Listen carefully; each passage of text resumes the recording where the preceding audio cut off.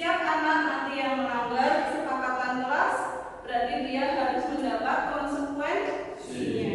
Oke, paham? Bisa dimengerti? Bisa. Kita lakukan mulai sekarang ya. Jadi nanti setiap anak saya beri 2 kertas, nanti ditulis ya kesepakatannya apa dan keyakinannya apa, gitu ya. Nah, nanti dari hasilmu nanti ditempel di sebelah sini. Ini ada keyakinan, di sini ada kesepakatan. Nanti dari situ kita ambil kesimpulan dari kesepakatan yang akan kita laksanakan setiap pembelajaran di seperti itu ya. Ya, ini Mas ke belakang saja ya, 2 ke belakang.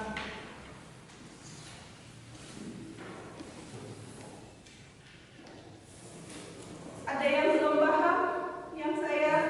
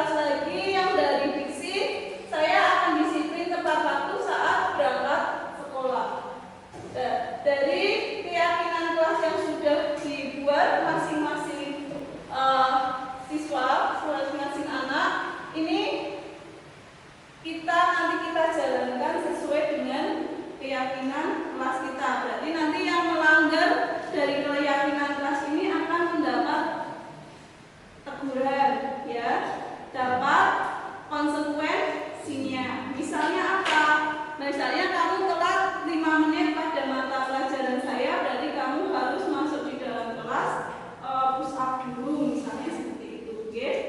Nah, terus kita ambil kesimpulan dari keyakinan kelas yang kalian buat ini. Berarti yang pertama di sini banyak mencantumkan disiplin, tepat waktu saat berangkat sekolah. Itu ya. Yang kedua, menjaga kebersihan kelas, ya.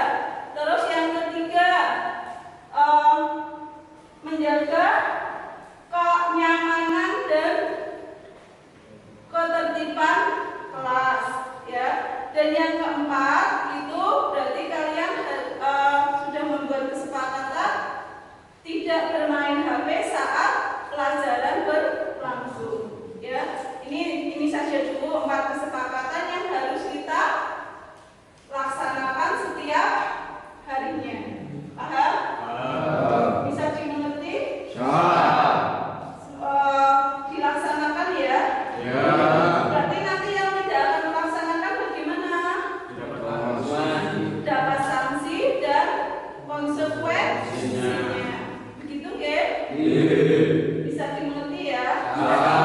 Kesepakatan ini kita buat untuk kita laksanakan bersama untuk menjadi lebih tertib lagi dalam menuntut ilmu. Ngerti nggih? Oke. Ada yang perlu ditanyakan lagi tidak?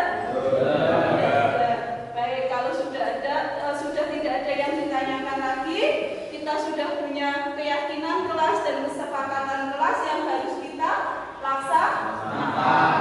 Ya, sudah. Begitu kita cukupkan sampai di sini. Kita sambung lagi nanti ke pelajaran berikutnya. Saya akhiri. Wassalamualaikum warahmatullahi wabarakatuh. Waalaikumsalam warahmatullahi wabarakatuh. Terima kasih ya Mas.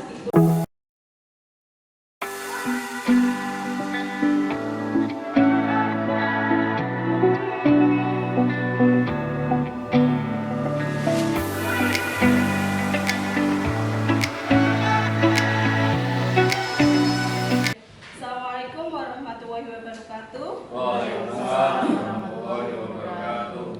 Terima kasih untuk kesempatan hari ini saya diberi waktu oleh Bapak Ibu Guru untuk menyampaikan materi kami dari modul 1 yang berisi tentang koneksi modul 1.4 ya. Yang di sini berisi tentang budaya positif. Budaya positif ini di sini saya ada berhubungan dengan kesimpulan dan refleksi dari modul 1. Jadi modul 1 di sini ada 4, yaitu modul 1.1 tentang filosofi Ki Hajar Dewantara, modul 1.2 tentang nilai-nilai dan peran guru penggerak, modul 3 berisi tentang visi guru penggerak, dan modul 4 berisi tentang budaya positif. Di sini saya akan mengajak Bapak Ibu Guru untuk memulai pemikiran baru tentang pendidikan yang memerdekakan siswa. Ya.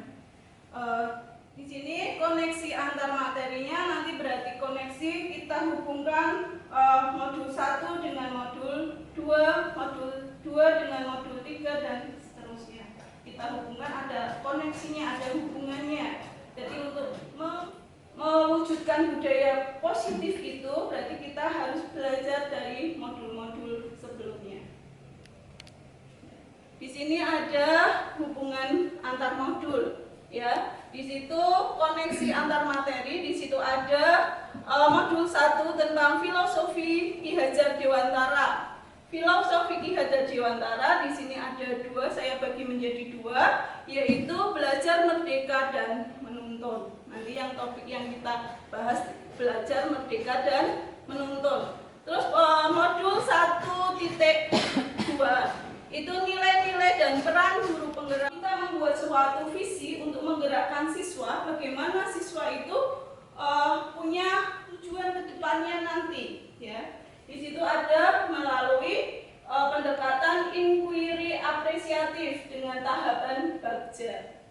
nanti tahapan bangsa kita ulas lebih lanjut pada pertemuan berikutnya. Terus untuk modul 1.4 itu ada budaya positif. Budaya positif di sini ada 5 juga. Itu ada posisi kontrol restitusi, keyakinan kelas, segitiga restitusi, disiplin positif dan motivasi penilaian perilaku manusia. Ya.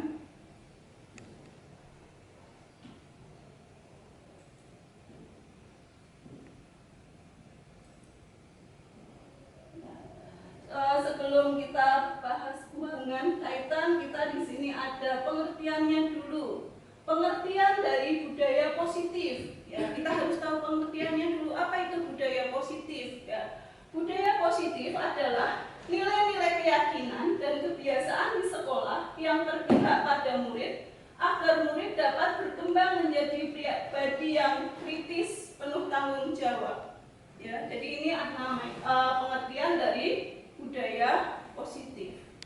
Paham Bapak Ibu? Ya, paham ya. Budaya positif itu untuk menggali nilai-nilai yang ada pada diri siswa. Dengan modul yang pertama, yaitu yang berhubungan dengan filosofi Ki Hajar Dewantara. Ya, budaya positif itu dilaksanakan sesuai dengan tujuan pendidikan menurut Ki Hajar Dewantara, yaitu menuntun. Ya, di sini kita menuntun. Berarti nak bahasa Jawa itu menuntun itu menggandeng, ya, menggandeng siswa.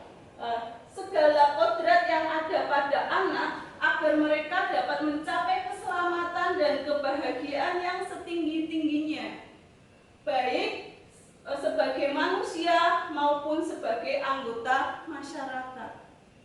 Nah, di sini menuntun itu tumbuh dan hidupnya kekuatan kodrat pada anak-anak agar dapat memperbaiki lakunya, bukan dasarnya, hidup dan tumbuhnya kekuatan kodrat alam.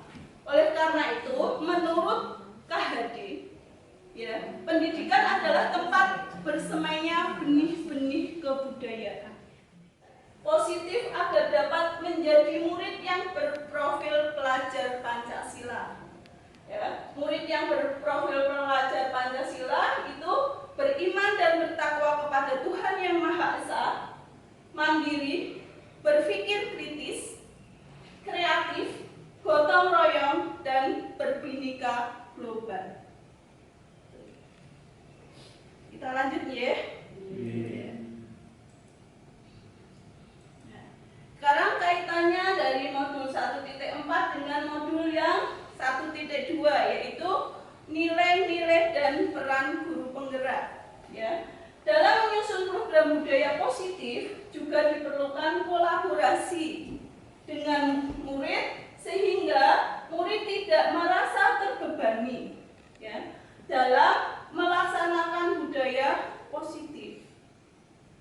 Murid diajak membuat kesepakatan yang berpihak pada murid. Hal ini merupakan implementasi dari Merdeka Belajar. Jadi kita melibatkan siswa, tidak hanya kita yang membuat peraturan, tapi siswa kita libatkan di dalamnya. Ya. Setelah itu, guru juga perlu menguasai dan mengaplikasikan nilai dan peran guru penggerak dalam melaksanakan budaya positif di sekolah, antara lain mandiri, reflektif, kolaboratif, inovatif, dan berpihak pada murid. Ya. Yang ketiga, kaitan modul 1.4 budaya positif dengan modul 1.3 visi guru penggerak. Di sini budaya positif merupakan bagian dari visi guru penggerak. Budaya positif harus dikembangkan sehingga mampu untuk mewujudkan visi guru penggerak yang nantinya juga akan lebih luas lagi menjadi visi sekolah, yaitu terwujudnya Merdeka Belajar dan murid yang berprofil pelajar Pancasila. Untuk mewujudkan visi tersebut diperlukan adanya kolaborasi kekuatan positif yang ada baik dari luar maupun dari dalam sekolah. Jadi kita memerlukan motivasi intrinsik dan ekstrinsik dari sekolah. Ya. Dalam hal ini dapat dilakukan melalui suatu pendekatan, yaitu pendekatan inquiry apresiatif dengan tahapan Bagja, ya, yang membuat-buat pertanyaan, ambil pelajaran, gali impian, jabarkan rencana, atur eksekusi. Jadi itu tahapan dari Bagja. Nah, inquiry apresiatif adalah suatu pendekatan berbasis kekuatan positif. Di sinilah peran guru penggerak itu sangat penting dalam menentukan kebiasaan baik kepada guru lain dalam membangun budaya positif di sekolah. Antara lain, guru penggerak harus mampu menjadi teladan. Yang kedua, menjalin kolaborasi dengan rekan guru dan seluruh warga sekolah dalam melaksanakan budaya positif. Menggerakkan komunitas praktisi yang ada di sekolah. Dan yang keempat, menjadi koas bagi guru lain serta mampu menjadi pemimpin pembelajaran yang berpihak pada murid.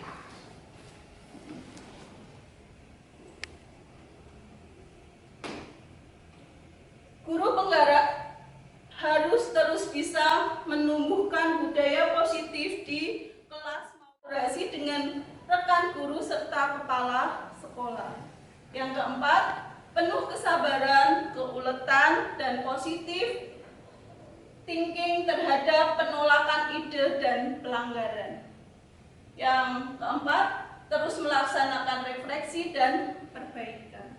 Itu jadi peran dari guru penggerak seperti itu Bapak Ibu. Jadi nanti Bapak Ibu yang belum punya kesempatan untuk menjadi guru penggerak bisa berkolaborasi dengan guru penggerak yang ada. Pemahaman ke seluruh materi dengan menjawab pertanyaan-pertanyaan berikut. Sejauh mana pemahaman Anda tentang konsep-konsep inti yang telah Anda pelajari di modul ini, yaitu disiplin positif, teori kontrol, teori motivasi, hukum dan penghargaan, proses kontrol guru, kebutuhan dasar manusia, keyakinan kelas, dan segitiga restitusi.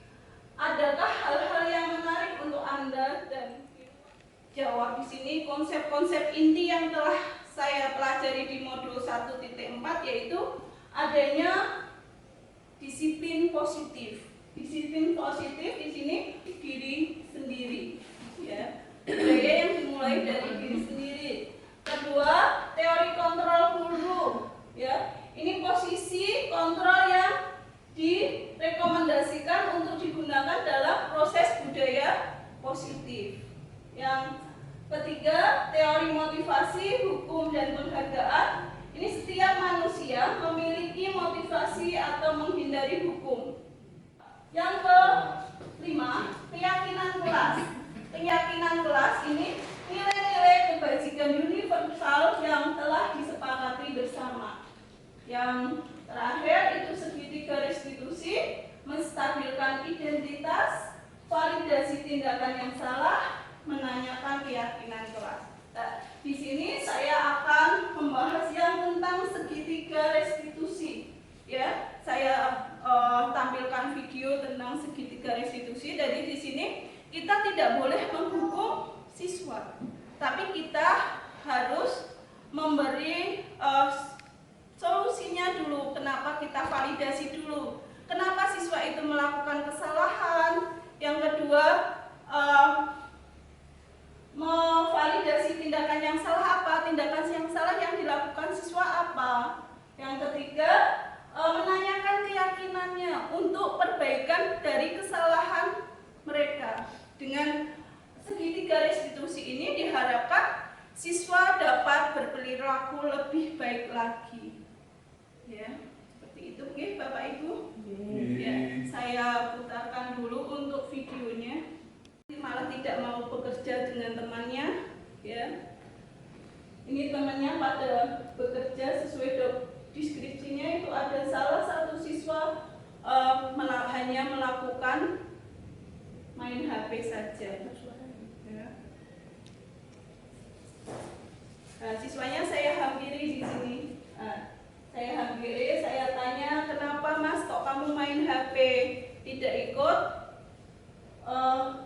dedikasi kelas.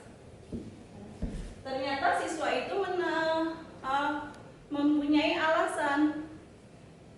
Dia bermain HP karena menganggap dedikasi kelas itu sebagai cleaning service.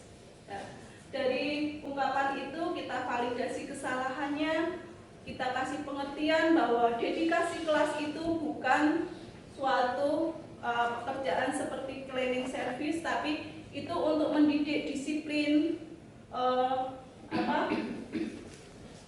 tanggung jawab dan kemandirian siswa. Setelah divalidasi, setelah kita validasi kesalahannya, kita buat keyakinan bersama dengan siswa tentang dedikasi kelas, dan siswa sudah bisa memahami dan siswa akan memperbaiki perilakunya dalam kegiatan tersebut. Presentasi yang sudah saya bawakan hari ini, adakah yang mau bertanya? Ya, Bu. Oh ya, Pak Kisno dulu ya. Monggo Pak Kisno. Jadi dari penjelasan Ibu tadi dalam modul 1 kalau tidak salah, itu kan ada filosofi Ki Hajar Dewantara, dan kemudian modul 2 kalau berapa tadi? Itu kan ada budaya positif. Coba saya minta keterangan lebih detail lagi hubungan antara budaya positif dengan filosofi Ki Hajar Dewantara. Itu saja, Bu. Terima kasih. Oh iya Pak, terima kasih. Satu-satu nih Bu, saya bahas dulu biar tidak lupa. Ya, baik Pak Kisno, untuk hubungan filosofi Ki Hajar Dewantara dengan budaya positif itu, kita tahu filosofi Ki Hajar Dewantara yang terkenal yaitu Tuturi Handayani, Ing Ngasot Song Tulodo, dan Ing Madya Mangunkarso. Itu saya balik Pak, ya. Di situ hubungannya kita harus bisa menjadi di depan untuk siswa, ya. Terus di tengah kita bisa mendorong, dan di belakang kita sebagai motivator. Nah, untuk hubungannya dengan budaya positif, di sini kita sebagai guru itu sebagai menuntun siswa untuk menjadi yang lebih baik, ya. Karena kita tahu siswa itu memiliki kodrat alam lokal, budaya lokal kita angkat di situ, ya. Budaya lokal misalnya tradisi saparan yang ada di sini. Nah, dari tradisi saparan itu mengajarkan kepada siswa bagaimana kita bergotong royong di masyarakat, dan itu sudah memunculkan salah satu budaya positif. Seperti itu ya Pak. Jadi hubungannya budaya positif dengan pemikiran Ki Hajar Dewantara itu untuk memunculkan karakter siswa, ya, seperti itu. Bisa diterima Pak Ya. Pak Terima kasih Bu. Yang kedua, monggo Bu Meni bisa Bu Isti, ini sedikit menyambung dari pertanyaan Pak Kesno tadi. Kira-kira nilai-nilai apa saja yang bisa diterapkan pada budaya positif, Bu Isti? Oh iya, dijelaskan ya. Ya Bu, terima kasih untuk pertanyaannya. Hubungan positif ini bisa kita kaitkan dengan mandiri, reflektif, kolaboratif, inovatif, dan berpihak pada murid. Itu ya Bu.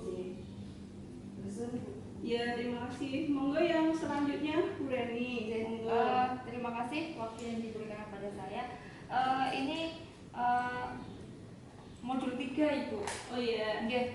Bagaimana mewujudkan visi sesuai dengan pendekatan inquiry apresiatif? Oh iya. Terima kasih. Berarti untuk visi, untuk mewujudkan visi, nanti visi itu bisa dibuat sebagai visi di kelas maupun visi di sekolah, ya. Kita bisa menggunakan pendekatan inquiry apresiasi yang dengan tahapan baca. Jadi kita membuat tahapan baca, buat pertanyaan, ambil pembelajaran, gali impian, jabarkan rencana, dan atur eksekusi. Itu ada 5. Jadi ada 5, yaitu buat pertanyaan, ambil pelajaran, gali impian, jabarkan rencana, dan atur eksekusi. Itu dari tahapan baca. Jadi misalnya kita membuat pertanyaan, ya, apa yang mau dilakukan untuk kegiatan ke depan biar sekolah kita lebih maju, kan misalnya seperti itu. Dari itu nanti kita buat ambil pelajaran-pelajaran apa yang bisa diambil, ya. Terus dari impiannya untuk 5 tahun ke depan besok apa yang akan kita rencanakan, ya, seperti itu. Terus jabarkan rencana, berarti dari itu kita ambil langkah menjabarkan rencana-rencana yang dibuat. Dan yang terakhir atur eksekusi, berarti eksekusi berarti kita menindaklanjutinya. Seperti itu. Monggo yang terakhir kita 4 cermin mawon ya. Monggo Bu Dias. Terima kasih. Saya akan bertanya, ini mungkin ada di modul 4. Oh nggih Bu, budaya positif nggih Bu. Kebiasaan apa yang akan dilakukan oleh seorang guru untuk membangun budaya positif? Kegiatan apa yang Kebiasaan. ya. Harus mampu menjadi teladan. Yang pertama kita harus jadi teladan dulu, ya, baik untuk diri kita sendiri maupun untuk orang lain. Yang kedua, menjalin kolaborasi dengan rekan guru yang lain. Jadi kita harus ada kolaborasi. Misalnya ya, dalam pelajaran IPAS, ya, mungkin guru IPAS belum mengetahui tentang rangkaian listrik, bisa kolaborasi dengan guru listrik, seperti itu. Yang ketiga, menggerakkan komunitas prioritas yang ada di sekolah, ya. Jadi kita menggerakkan, jadi yang dulunya tidak ada motivasi untuk diam statement, kita harus menggerakkan rekan sejawat untuk bisa lebih maju lagi. Yang keempat, kita menjadi koas, ya. Jadi jadi apa Bu koas itu? Coach, ya, menjadi coach. Jadi yang terdepan. Jadi kita di sini untuk bergerak, menggerakkan dan tergerak. Ya, seperti itu. Ada, saya kira sudah cukupnya untuk paparan hari ini. Nanti kalau tidak ada kita sambung di lain waktu lagi. Ya, saya akhiri. Terima kasih atas kesempatan dan waktu yang diberikan ke saya bisa berkolaborasi dengan Bapak Ibu semua. Terima kasih. Saya akhiri. Wassalamualaikum warahmatullahi wabarakatuh. Waalaikumsalam.